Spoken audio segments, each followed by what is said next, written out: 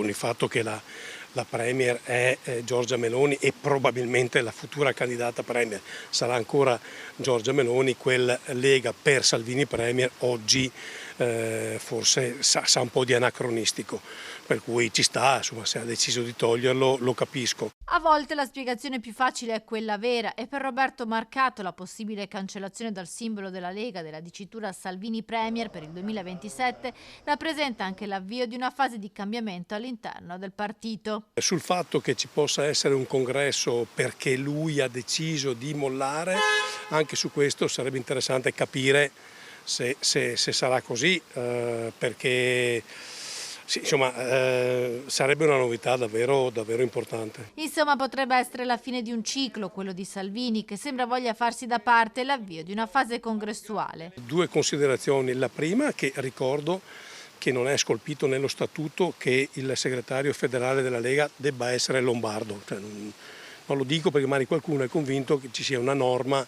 internazionale per cui o è della Lombardia o non si fa, e noi abbiamo donne e uomini in Veneto in grado di avere quel ruolo.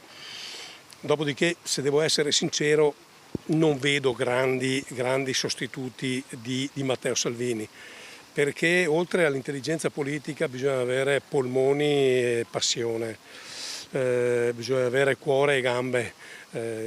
Salvini ha macinato miliardi di chilometri. Marcato loda Salvini, anche se non ha mai nascosto di non aver mai compreso la scelta del segretario di nominare come uno dei suoi vice Roberto Vannacci, scelta che, come si è visto, si è rivelata essere controproducente con la fuoriuscita del generale e la creazione di un suo partito. La Lega ora deve guardare al futuro.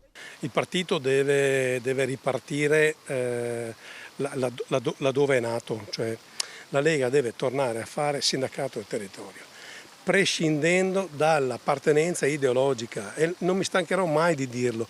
La grande forza della Lega è che, non essendo né di destra né di sinistra, si può permettere il lusso di andare direttamente al problema. La grande forza della Lega era questa roba qua. Noi dobbiamo ritornare ad essere questa roba qua, ovviamente con una prospettiva futura. A me le operazioni di strategia non mi piacciono, bisogna sempre avere lo sguardo dritto verso il futuro, però con le radici, con i piedi ben piantati per terra.